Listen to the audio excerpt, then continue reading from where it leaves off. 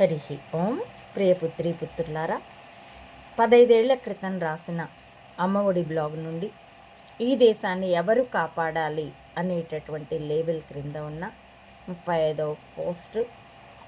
వరుస క్రమంలో అయితే 338 అండి. లగాన్ ఖడ్గం కథ అన్న హెడ్డింగ్తో రాశాను. లగాన్ ఖడ్గంల గురించి ఇంతకు ముందటి వీడియోలో వివరించాను. ఇప్పుడు కథ ఇది చాలా ప్రత్యేకమైనటువంటి సినిమా అండి. ఈ కోవలో ఇటీవల, అంటే అప్పటికి 15 ఏళ్ల క్రితం ఇటీవల వచ్చిన జెనీలియా ప్రధాన పాత్రలో నటించిన కథ సినిమా విలక్షణమైనది. ఎందుకంటే ఈ సినిమా ద్వారా రామోజీరావు మాకు ఏది చెప్పే ప్రయత్నం చేయలేదు, మా చేత ఏది చెప్పించుకునే ప్రయత్నము చేయలేదు. ఈ సినిమా ద్వారా నెంబర్ 5 వర్గం అంటే పీవీజీ వర్గం డ్రామోజీ వర్గానికి, అనగా నెంబర్ 10 వర్గం ఎలియాస్ నకిలీ కణిక వ్యవస్థకి, అందులోని కీలక వ్యక్తులకి జవాబిచ్చింది. మరో మాట చెప్పాలంటే లగే రహో మున్నాభాయ్, శంకర్ దాదా జిందాబాద్ ఆ సినిమా వంటి వాటికి జవాబిచ్చింది. ఇప్పుడు వివరిస్తాను. 300 యోధులు సినిమా ఏ విధంగా మీడియా ద్వారా ప్రచారింపబడలేదో, అప్పట్లో అయితే దానికి ప్రచారం అంతగా లేదండి. తదుపరి కాలంలోనే అప్పట్లో ఫ్రీగా దొరికింది కూడాను, అది సిడీలు విస్తారంగానే దొరికాయి. తర్వాతే అది ఎక్కడ డబ్బులకి లభించింది. ఇప్పుడు కూడా ఓటీటీ, జియో హాట్స్టార్ ఇలాంటి డబ్బు కట్టే వాటిలో మీకు యూట్యూబ్లో అయితే అది లభ్యం కాదు. నేను వెతికి ఒక నెల అవుతుంది. ఇప్పుడు ఏమైనా లభ్యం అవుతుందేమో నాకు తెలియదు. కాబట్టి ఆ సినిమా ఎలా ప్రచారింపబడలేదో అలాగే కథ సినిమా కూడా ప్రచారింపబడలేదు. ఇప్పటికీ నెట్లో ఇది లభ్యం కావడం లేదు. అంతేకాదు, మన రాష్ట్రంలో ఉన్న దాదాపు 2500 థియేటర్లలో 1500 థియేటర్లకు పైగా రామోజీరావు, అతడి అనుచరులైన అల్లు అరవింద్, సురేష్ బాబు, దిల్రాజు, గట్రాల చేతిలో ఉన్నాయని ఓ మాట ఇటీవల బయటకు వచ్చింది.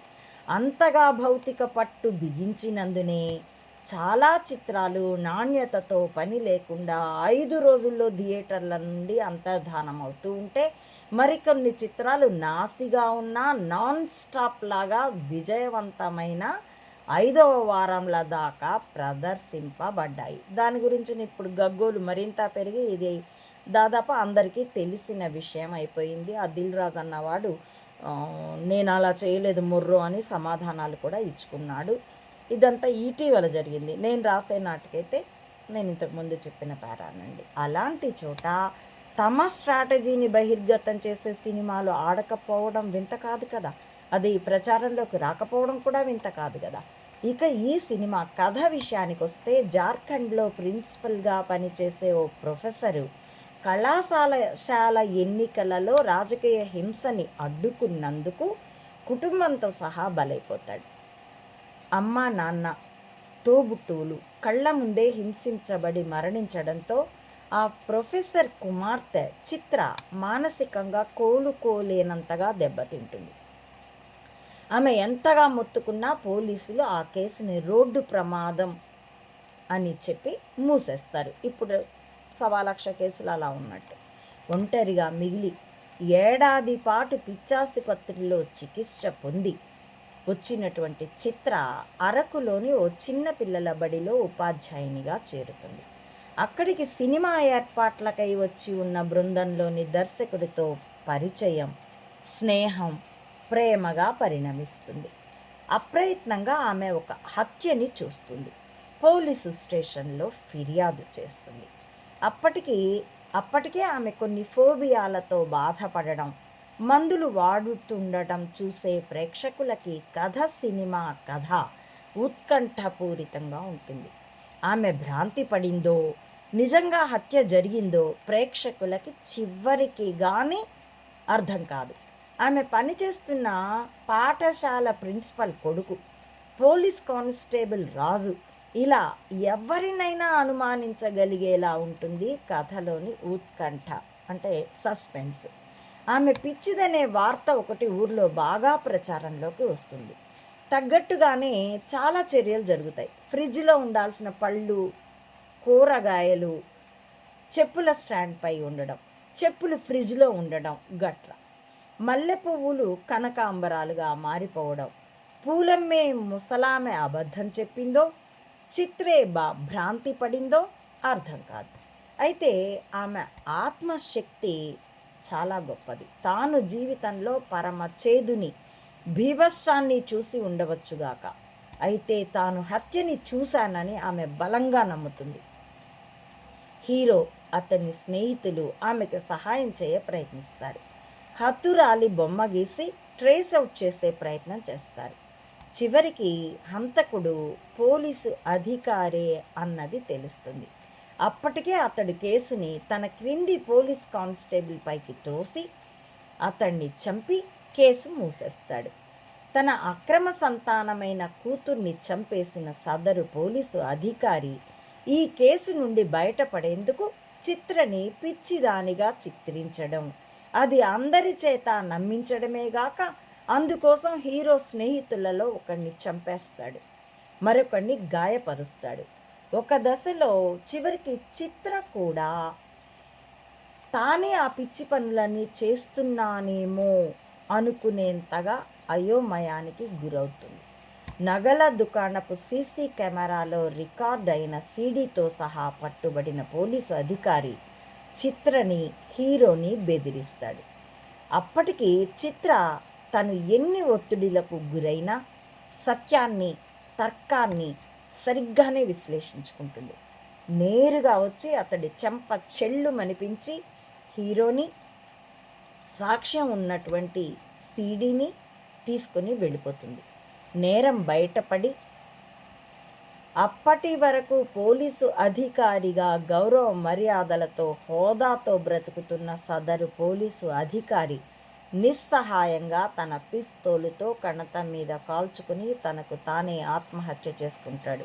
ఇక్కడో తమాషా చెప్పాలండి, ఈ వేషం వేసింది ప్రకాష్ రాజ్. మున్నా సినిమా కూడా ఈ మెదళ్ళ ఆయుధాలుగా యుద్ధానికి సరిపోలుతుందండి. దాని వీడియో అయితే ఆల్రెడీ నేను ఇచ్చాను. మెదళ్ళే ఆయుధాలుగా యుద్ధం అనే నా లేబుల్ ప్లేలిస్ట్లో ఆ మున్నా సినిమా గురించి ఉంటుంది, వీడియోలు ఉంటాయి, మీరు పరిశీలించుకోవచ్చు. నా యూట్యూబ్ ఛానల్ సబ్స్క్రైబ్ చేసుకున్న వారికి ప్లేలిస్ట్ కనిపిస్తుంది, అందులో వెళ్ళి పరిశీలిస్తే మీకు మున్నా సినిమా గురించి 2, 3 వీడియోలు ఉంటాయి. అందులో కూడాను ఈ ప్రకాష్ రాజ్ అన్నవాడు తనకు తానే ఆత్మహత్య చేసుకుంటాడు. అందులో కాకా అన్న పాత్రతో ఉంటాడు. 2 చోట్ల ఆత్మహత్య, హత్య కాదు. ఇది ఇక్కడ ఒక చమత్కారం అన్నమాట, గూఢచర్యపు చమత్కారం. దాన్ని ప్రజలకు అర్థం చేసేందుకు చెప్పబడినటువంటి చమత్కారం. స్థూలంగా అయితే మళ్ళీ కథ దగ్గరికి, సినిమా దగ్గరికి వస్తున్నానండి. స్థూలంగా ఇది కథ, సినిమా కథ. ఇక్కడ అనువర్తనం ఏంటంటే, నువ్వు ఎన్ని భ్రాంతులకు గురి చేసినా, భ్రాంతి పరచాలని ప్రయత్నించినా వీళ్ళని, అంటే మమ్మల్ని, ఇప్పుడైతే నన్ను ఏమీ చేయలేవు. నీ చరిత్ర బయటకు రాకుండా ఆపను లేవు. నీ ఆత్మహత్య సదృశ్యమైన అసైన్మెంట్లతోనే నీ మీడియాకి, నీ వ్యక్తిగత గౌరవ మర్యాదలకి, హోదాకి సమాధి కట్టుకుంటావు. ఇప్పుడే కదా అది కనిపిస్తుంది మీకు. ఇప్పుడు స్పష్టంగా పచ్చ మీడియా రాతలు ఎంత రొచ్చైపోయిందో ఈనాడు, దాని సహచరి ఆంధ్రజ్యోతి. అది ఆ సవాలే. ఎప్పుడు చెప్పాను? 2010లో చెప్పించబడింది నా చేత. ఇప్పుడైతే అది మీకు వాస్తవం ఎదురు చూస్తుంది కదా. దీని గురించిన ఒక విషయం కూడా నేను ఈ వీడియో చివరిలో చెప్తానండి. కంటిన్యూటీకి భంగం కాబట్టి కొనసాగిస్తున్నాను. కాబట్టి నేను మరోసారి చెప్తున్నానండి, నువ్వు ఎన్ని భ్రాంతులకు గురి చేసినా, భ్రాంతి పరచాలని ప్రయత్నించినా వీళ్ళని, అమ్మ ఒడిని ఏమీ చేయలేవు. నీ చరిత్ర బయటకు రాకుండా ఆపుకోను లేవు. నీ ఆత్మహత్య సదృశ్యమైన అసైన్మెంట్లతోనే నీ మీడియాకి, నీ వ్యక్తిగత గౌరవ మర్యాదలకి, హోదాకి సమాధి కట్టుకుంటావు. ఈ హెచ్చరిక పీవీజీ వర్గం నెంబర్ 5 వర్గం స్పష్టంగా డ్రామోజీ వర్గానికి నెంబర్ 10 వర్గానికి, అందులో కీలక వ్యక్తి అయినటువంటి డ్రామోజీ గాడికి, సోనియాకి ఇచ్చింది. అతడి కథ ఇది అని చెబితే చెప్పిన వాళ్ళకి మెదడులో కెమికల్ గడబిడ, పిచ్చి, హెలూజినేషన్ గట్రా బిరుదులు ఇస్తానన్న డ్రామోజీరావుకి కథ సినిమా ఒక జవాబన్నమాట. గమనించి చూడండి. 2006లో మేము ఐబీ అధికారితో మాట్లాడిన 10 రోజులకి ఐబీ అధికారి డ్రామోజీ గారికి డిఫెన్స్ లాయర్ అన్నట్టు ఎవరిని క్లెయిమ్ చేస్తున్నారు మీరు? He's a perfect businessman అంటూ గదమాయించ ప్రయత్నించాడు నన్ను పోలీసు దర్పాన్ని చూపిస్తూ. కంగారు పడిపోతారు, ఆఫ్టర్ ఆల్ కామన్ పీపుల్ అనుకొని. ఆ తర్వాత సరిగ్గా 10 రోజులకి మార్గదర్శి కేసు బయటకు వచ్చింది ఉండవల్లి అరుణ్ కుమార్ అన్నవాడితో. అది మొదలు డ్రామోజీరావు వ్యక్తిగత ప్రతిష్ట మసకబారడం మొదలయ్యి మొన్న చచ్చే వరకు కొనసాగింది. ఇప్పటికీ నడుస్తూనే ఉంది. మరి కర్మఫలం వారసత్వం కూడా అనుభవిస్తుంది కదా. ఆ తర్వాత మా బ్లాగు ప్రారంభించిన తర్వాత మరింత వేగంగా ప్రపంచవ్యాప్తంగా మీడియా ఇంక్లూడింగ్ బీబీసీ నకిలీ కణిక వ్యవస్థ నెంబర్ 10 వర్గంలో కీలక వ్యక్తులు డ్రామోజీ, యాంటోనియో మైనో, అద్వానీ, ఇతర రాజకీయ నాయకుల ప్రతిష్ట మరింత దిగజారింది. కార్పొరేట్ దిగ్గజాల ఆర్థికవేత్తల దోపిడీ సిద్ధాంతాలు, డొల్ల సమీక్షలు బహిరంగమయ్యాయి. వాటికి తగ్గట్లుగానే దృష్టాంతపూరితమైన సంఘటనలతో వాళ్లపైన నమ్మకం చాలా వేగంగా సడలిపోయింది. మా బ్లాగు వలన కాదు, మా బ్లాగు వలన ఇదంతా జరిగింది అనడం లేదు. సంఘటనాత్మకంగా నెంబర్ 5 వర్గం, నెంబర్ 10 వర్గపు కొహనా వెలువల్ని కుప్పకూల్చింది. వాటినే దృష్టాంతపూరితంగా మేము రాయడం జరిగింది. కాబట్టి ఇది మా బ్లాగు వలన జరిగింది, మా బ్లాగు వలన జరగలేదు. ఈశ్వరుడి ఇచ్ఛ వలన జరిగింది. ఈ ద్వంద్వాన్ని హిందూ ధర్మం పట్ల ఆసక్తి, ఆచరణ, ఆర్తి ఉన్న వాళ్ళకి ఖచ్చితంగా అర్థమవుతుందని ఆశిస్తున్నాను. అయితే ఇక్కడ మీకు ఒక విశేషాన్ని చెప్పవలసి ఉన్నదండి. బ్లాగు రాయమని చెప్పినప్పుడు ఏం రాయాలో మర్మ భాష, దాన్ని యాజ్ ఇట్ ఈజ్ ఎలా రాస్తాం? ఈ జుట్టు పెక్కుంటున్నాం. అప్పటికి శ్రీశైలం నుండి వచ్చేసాం. చేతిలో ఉన్న అప్పటికి అది కొంచెం పెద్ద మొత్తమే, 1,00,000. ఒక డెస్క్ టాప్ కొనేసాం, కంప్యూటర్ నేర్చుకుంటున్నాం. కానీ ఏం రాయాలో పర్పస్ ఏంటో తెలియదు. బయట అయితే అందరికీ ఆన్లైన్ క్లాసులు తీసుకోవడం కోసము అని చెప్పాం, కాసింగ్ కుటుంబ మిత్రుడితో సహా. కానీ లోపల మదన పడుతున్నాం. రోజు పేపర్ని మా అవుట్పుట్, ఇన్పుట్, ఆ కమ్యూనికేషన్ని బాగా, ఎందుకంటే బగ్తో వింటారు, మా నుండి వెళ్తుంది. ఈనాడు పేపర్తోనే మాకు ఇన్పుట్, మళ్ళీ మా మర్మ భాషకు జవాబులు వస్తాయి ప్రతిరోజు. అదే కానీ అది కాదు, మర్మ భాషే కానీ అది కాదు, స్వయంగా చెప్పాలి కానీ అలా కాదు. జుట్టు పీక్కున్నామండి, 1 రోజుల పైనే పట్టింది. తదుపరి ఒక అవగాహన వచ్చాక ఇంగ్లీష్లో రాసుకుంటూ వెళ్ళాం. రాస్తూ ఉన్న ప్రతి టాపిక్ ఎంతవరకు రాసామో దాని గురించిన చర్చ, దాన్ని కొనసాగించే తీరు ఈనాడు పేపర్ ద్వారానే ధారాళంగా నడిచింది. ఆ సందర్భంలో నేను రాస్తే నన్ను పిచ్చిది అన్నారా? ఇది స్పయింగ్ అని మామూలు కంటికి కనబడని దాన్ని ఎలా చెప్తాను? చెప్తే నన్ను పిచ్చిదనే అంటారు కదా. ఆ శంకర్దాదా జిందాబాదే అయిపోతాను కదా. కాబట్టి మీరు జరిపించండి, నేను రాస్తాను. మీరు సంఘటనలు జరిపించండి, నేను రాస్తాను అంటే, సంఘటన జరిగాక నువ్వు రాసేదేంటి? కోన్కిస్కా గొట్టం ఎవడైనా రాస్తాడు, నువ్వు రాయి, దాన్ని మేము చేసి చూపిస్తాం. డ్రామోజీ గారు ఇది అని నువ్వు రాయి. ఆ మీడియా, అందుకే మొదటి నా పోస్టులు మీడియా మాయాజాలం అని ఉంటాయి. ఇస్లామాబాద్కి ఇంత బలమా అని ఉంటుంది. మీరు పరిశీలించి చూడండి, నా అమ్మఒడి ఇండెక్స్ పరిశీలించండి, పోస్టుల క్రమం ఎలా ఉంటుందో. తర్వాతే చెప్పాను నకిలీ కణకుడని. ఎందుకంటే అప్పుడు ఇక బ్లాగ్ లోకంలో ఒత్తిడి పెరిగిపోయింది. ఎవడి నకిలీ కణకుడు చెప్పండి, సస్పెన్స్తో మా బుర్ర పగిలిపోతుంది అని. మొదట చెప్తే ఓ వీడికి అంత సీన్ లేదు. తదుపరి క్రమంగా ఒక్కొక్కటి చెప్పుకుంటూ వస్తుంటే అప్పుడు వాళ్ళకి సంఘటనలు ఫిట్ అయ్యి అప్పుడు అర్థమైంది. నా బ్లాగ్లో పర్ఫెక్ట్గా డ్రామోజీని బుక్ చేసినప్పుడైతే వాడు బండ కామెంట్స్ పెట్టిస్తే వెంటనే పట్టుకున్నారు బ్లాగర్లు. అంటే కాచుకొని ఇదే పనిగా ఆన్లైన్లో అదే డ్యూటీ అదే ఉద్యోగమా నీకు, ఆమె పెట్టగానే కామెంట్ బూతులు పెట్టావు అని పర్ఫెక్ట్గా వాడిని దొరికించిన రోజునైతే, ఎక్స్పోజ్ చేసిన రోజైతే మొదటి బూతులు వందలు.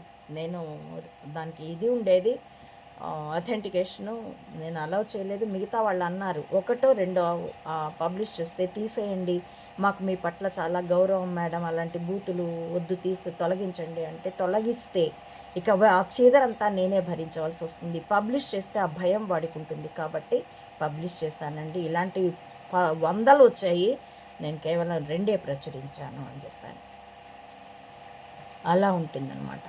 కాబట్టి ఆ సమయంలోనే నేను రాయడానికి భయపడుతూ ఉంటే స్టోన్ వార్స్ అని ఒక సినిమా, ఇదిగో 300 యోధుల్లాగా ఇంకేదో cassette fame cinema, hit cinema చూడడానికి తెచ్చుకుంటే అందులో ఇది కూడా ఉంది. అందులో హీరో ఇదే ఒక అశరీరవాణి అతడికి చెప్తూ ఉంటుంది. లోక శ్రేయస్సు కోసం, ప్రపంచ శ్రేయస్సు కోసం అతడు ఏదో రిస్క్ తీసుకుంటాడు. అందులో కొంచెం మత విశ్వాసాలు కూడా కలిపారు కాబట్టి ఆ శరీరవాణి చెప్తుంది. ఒకసారి అతడు ఆ రెమెడీ కోసం ఒక కొండ శిఖరం మీద నుండి మరో కొండ శిఖరం మీదకి మధ్యలో చాలా పెద్ద లోయ, విశాలమైన లోయ, లోతైన లోయ ఉంటుంది. ఇటు నుంచి అటుకు వెళ్తే అతడికి ఆ రెమెడీ ఉన్నటువంటి ఇన్ఫర్మేషన్ ఏదో ఉంటుంది. అతడు అడుగు వేయడానికి భయపడతాడు. ఆ శరీరవాణి ఆకాశవాణి చెప్తుంది, నువ్వు అడుగు వేయి, నీకు దారి కనిపిస్తుంది, అడుగు వేయి, దారి కనిపిస్తుంది అంటే అతడు చాలా భయపడతాడు. మేము కూడా మమ్మల్ని మేము ఐడెంటికల్ చేసుకుని ఊపిరి బిగబట్టే చూసాం ఆ సినిమా, నేను, నా పాప, నా భర్త. చివరికి అతడు అడుగు వేస్తాడు. అడుగు వేస్తే ట్రాన్స్పరెంట్గా ఉన్నటువంటి ఒక గాజు పలక లాంటిది, ఇతడు ఒక్కో అడుగు వేసే కొద్దీ అతడికి ముందు ఇంకో అడుగు ఆ పలక లాంటిది ఎక్స్టెండ్ అవుతూ ఉంటుంది. మొదటి 2-3 అడుగులు తడబడినా తర్వాత అతడు ధైర్యం తెచ్చుకొని ఇక వేగంగా అడుగులేస్తాడు. చివరికైతే పరిగెడతాడు, ఎందుకంటే టైం మీట్ అవ్వడం కోసం. అటువైపు కొండ కొసకి వెళ్తాడు. ఆ సినిమాలో అతడి టాస్క్ విజయవంతం అవుతుంది. అలాంటి కొన్ని సూక్తులు, భగవంతుని నమ్మి చెడినవాడు లేడు. శ్రీకృష్ణ పాండవేయంలో కృష్ణుడి డైలాగు పదే ఆ సినిమా పదే వచ్చింది కూడా. ఆ రోజుల్లో శ్రీకృష్ణ ప్రేమ సూర్యాపేటలో మేము శ్రీకృష్ణ ప్రేమ కూడా కాదు, శ్రీకృష్ణ మాయ సూర్యాపేటలో కష్టాలు పడుతున్నప్పుడు వారంలో 3 సార్లు ప్రసారమైంది ఆ సినిమా. ఇదైతే శ్రీకృష్ణ పాండవేయుల నమ్ము అత్త, నమ్మి చెడినవాడు లేడులే అని కుంతీదేవితో కృష్ణుడు పాత్రధారిగా ఎన్టీఆర్ అన్నాడు. అలాగ అది గుర్తు తెచ్చుకుని పదే మమ్మల్ని మేము మోటివేట్ చేసుకునేవాళ్ళం. కాబట్టి దీన్ని తర్వాత అర్థమయ్యి అప్పుడు నువ్వు రాయి, అది నిజమై తీరుతుంది. అయితే తర్కాన్ని, సత్యాన్ని, ధర్మాన్ని వదలకుండా రాయి, వ్యక్తి నిరపేక్షంగా రాయి, నీ వ్యక్తిగత భావోద్రేకాలు ఏవీ లేకుండా. వాడు నిన్ను హింసించింది, వేధించింది నిజమే అయినా ఆ రాసేటప్పుడు కానీ నీ దగ్గర భావోద్రేకాలు ఉండకూడదు, స్థితప్రజ్ఞత ఉండాలి, శాంతంగా రాయాలి. అప్పుడే సత్యధర్మాన్ని చక్కగా బ్యాలెన్సింగ్గా రాయగలుగుతావు అని మెంటల్గా చాలా ప్రిపేర్ చేశారండి. మేము చాలా ఇండస్ట్రీ చేసాం, చాలా బుర్ర పిక్కుండేవాళ్ళం. రోజులో దాదాపు 18 గంటల పైన, 19 గంటలు అట్లా 5-6 గంటలు నిద్రపోయేవాళ్ళం అంతే. 2 బుర్రలు. ఒక్కోసారి మా పాప కూడా దీనిలో పార్టిసిపేట్ చేస్తుంది. ఒక్కోసారి మాకు రాని ఆలోచన ఏదైనా మర్మ భాషని అనలైజ్ చేసేప్పుడు ఇలా అయి ఉండొచ్చు కదా డాడీ, ఇలా అయి ఉండొచ్చు కదా మమ్మీ అని తను కూడా మాకు ఆలోచన ఇచ్చేది. చేతికి అందొచ్చింది అనుకున్నాను బిడ్డ, చేతికి అందొచ్చిన బిడ్డే కాదు, నాకు ఆధారమైనటువంటి వృక్షం కూడా కూలిపోయింది. సన్యాసము, గీత నన్ను మళ్ళీ నిలబెట్టాయి. కాబట్టి అప్పుడు అలా రాయమంటే రాయగలిగాను. ఆ పని పట్ల నాకు ఆత్మతృప్తి ఉందండి. నా బ్లాగు పట్ల నాకు ఆత్మతృప్తి ఉన్నది. అహంకారం ఏమీ లేదు, కానీ సంతృప్తి ఉంది. ఇక ఈ కథ సినిమా యొక్క ప్రత్యేక అంశాలని కొంచెం కొనసాగిస్తానండి. ఈ సినిమాలో నాయికా నాయకుల సంభాషణలో చిత్ర తనకి నచ్చిన సినిమా ఆది అంటుంది. ప్రేమ కథా చిత్రమైన గీతాంజలి నచ్చకుండా ఫ్యాక్షన్ సినిమా ఆది నచ్చిందని, 20 సార్లు ఆ సినిమా చూశానని అనే చిత్రని ఆశ్చర్యంగా ప్రశ్నిస్తాడు కృష్ణ. అది నచ్చిందా, ఆది నచ్చిందా అని. సినిమా చివరిలో సీడీ ఇచ్చేసి తన హత్యా నేరం గురించి నోరు మూసుకొని కూర్చోమని బెదిరించిన పోలీసు అధికారి హీరో మీద దాడి చేస్తూ ఉండగా హీరోయిన్ ఆ సీడీ తీసుకొని పోలీస్ స్టేషన్కి వెళ్ళాలని పరుగు పెడుతుంది. అంతలో తర్కం స్ఫురించి వెనుతిరిగి వచ్చి పోలీసు అధికారి చెంప చెళ్ళుమనిపిస్తుంది. ఆ విషయం ప్రస్తావిస్తూ కృష్ణ అంటే హీరో, అవును అతడు మనల్ని చంపడని నీకెలా అనిపించింది అని అడుగుతాడు. చిత్ర తెలియని తనాన్నే భయం అంటారని అర్థమైంది. కానిస్టేబుల్ రాజు ఆ అమ్మాయిని హత్య చేశాడని, ఆ విషయం గుర్తించినందుకు రఘుని చంపాడని, శివని గాయపరిచాడని, నన్ను చంపబోతుండగా తాను కానిస్టేబుల్ రాజుని షూట్ చేశానని రాసి కేసు ఫైల్ క్లోజ్ చేశాడు. మరి ఇప్పుడు మనిద్దరినీ చంపి ఏం సంజాయిషి ఇచ్చుకుంటాడు అంటుంది. ఆ సీడీలో పోలీసు అధికారి తన అక్రమ సంతానమైన కూతురికి అది అన్నీ బయట పెడతానని బ్లాక్మెయిల్ చేస్తుందో అనుకుంటాను. ఆమెకు ఒక బంగారు నగ కొనిస్తూ అది ఆ నగల షాప్లో సీసీ కెమెరాలో రికార్డ్ అయి ఉంటుంది. అదే ఆ హతురాలికి అధికారికి సంబంధం ఉన్నదన్న ప్రూఫ్గా వీళ్ళ చేతికి ఆ సీడీ చిక్కుతుంది అన్నమాట. కాబట్టి అతడు మనల్ని చంపడని సిడి తీసుకుని పరిగెడుతూ ఉండగా నీకు ఎలా అనిపించింది అంటే ఈమె అంటుంది తెలియని తనాన్నే భయం అంటారని అర్థమైంది.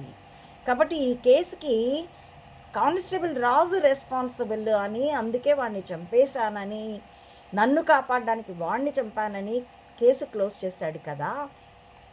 మరి ఇప్పుడు మనిద్దరినీ చంపి ఏం సంజాయిషి ఇచ్చుకుంటాడు అంటుంది. నిజంగా తెలియని తనమే భయం. ఎప్పుడైనా ఎక్కడైనా ఏ విషయంలోనైనా అంతే. అందుకే అంటారేమో నాలెడ్జ్ ఈజ్ పవర్ అని. ఇది ఇప్పుడు రాజకీయాల్లో కార్యకర్త ఏ పార్టీలకి కార్యకర్తలుగా ఉన్నా తెలియని తనమే భయపెడుతుంది. అదే అనుచిత కార్యాలకి వాళ్ళని తెగబెడుతుంది కూడా. ఇక చిత్రని గురించి కృష్ణ నువ్వే ఒక ఆది అయిపోయావు అంటాడు.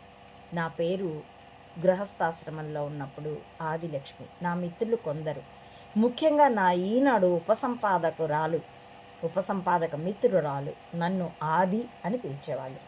కథ సినిమాతో లగే రహో మున్నా భాయ్, శంకర్ దాదా జిందాబాద్లకి సమాధానంగా ఆది అండర్లైన్ చేయబడింది.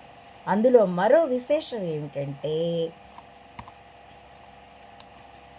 సినిమా ప్రారంభంలోనే చిత్ర కుటుంబాన్ని చంపిన విద్యార్థి గూండాలని పోలీసులు మారుతి వ్యాన్లో బాంబు పెట్టి పేల్చేసే దృశ్యం కనబడుతుంది. చిత్ర ఎంత చెప్పినా వినిపించుకోకుండా హత్యాకాండని రోడ్డు ప్రమాదంగా పోలీసులు మూసివేసిన అడ్మినిస్ట్రేషన్ తాలూకు రెడ్ టేపిజానికి జవాబుగా ఆమె తండ్రి అయిన ప్రొఫెసర్ యొక్క విద్యార్థి అయిన మరో పోలీసు అధికారి తన బృందంతో అదే రెడ్ టేపిజాన్ని అడ్డం పెట్టుకొని ఆ వ్యాన్ని పేల్చివేస్తాడు.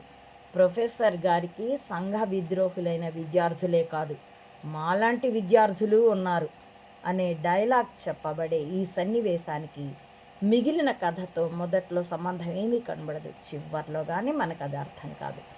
ఇప్పుడు కాదు కానీ 2007లో ఈనాడు వసుంధరలో తరచుగా పని ఒత్తిడి, మానసిక ఒత్తిడి తప్పించుకోవడానికి 2006లో మేము స్కూల్ నడుపుతూ ఉన్న రోజుల్లో కూడా మనస్తత్వ నిపుణుల పేరిట కొన్ని సూచనలు వచ్చేవి.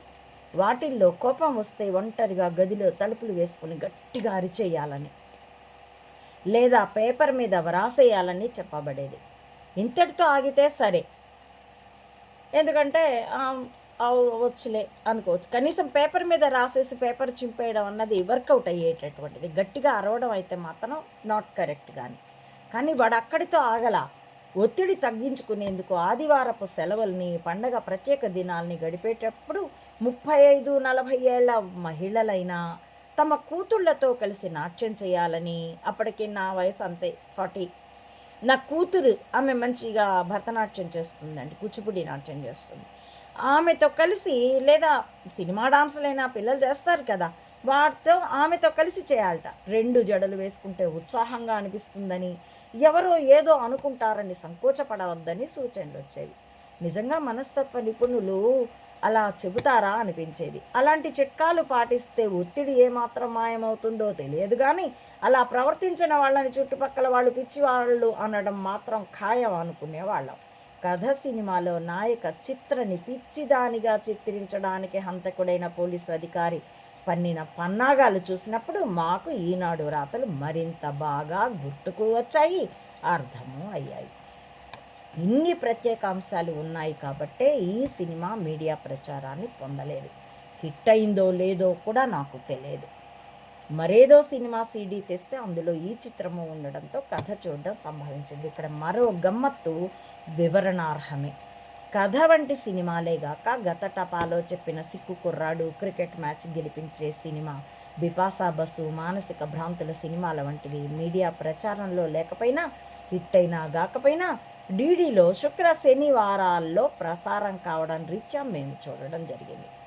సిక్కు కుర్రాడి సినిమా అయితే క్లైమాక్స్కు ముందు టీవీ ప్రసారంలో అంతరాయం ఏర్పడింది. తర్వాత క్లైమాక్స్ ఏం జరిగిందో మరొకరిని కనుక్కొని నవ్వుకున్నాం. ఎందుకంటే ఆ సినిమా నిర్మించే నాటికి, డీడీలో ప్రసారం చేసే నాటికి మధ్యలో మేము బ్లాగ్లో చాలా విషయాలే చెప్పేశాం. ఆ సినిమాలోనేమో మన్మోహన్ సింగే మనల్ని గెలిపించేది, మన టీం సభ్యుడు అని చెప్పబడింది. కాబట్టి ఇలాంటి సినిమాల్ని నెంబర్ 10 వర్గం గమ్మున దాచిపెట్టుకుంది, మీడియా ప్రచారపు హోరేది తగలకుండా. అయితే అలాంటివి ప్రత్యేకంగా డీడీలో ప్రసారం కావడంతో మేము చాలా ఆశ్చర్యానికి గురయ్యాము, బాగా నవ్వుకున్నాం కూడా. ఇలా సినిమాల ద్వారా మాట్లాడడం విషయాల్లో అరుంధతి సినిమా గురించి ప్రత్యేకంగా చెప్పాలి. మీకు ఆసక్తిగా అనిపిస్తే నెక్స్ట్ పోస్టే అండి, అది 339వ నంబర్ పోస్ట్. దాన్ని మీరు టెక్స్ట్ పోస్ట్ని పరిశీలించుకోవచ్చు, విశ్లేషించుకొని సత్యాసత్యాలు మీకు ఎలా గ్రాహ్యమైతే అలా గ్రహించవలసిందిగా మిమ్మల్ని అర్థిస్తున్నానండి.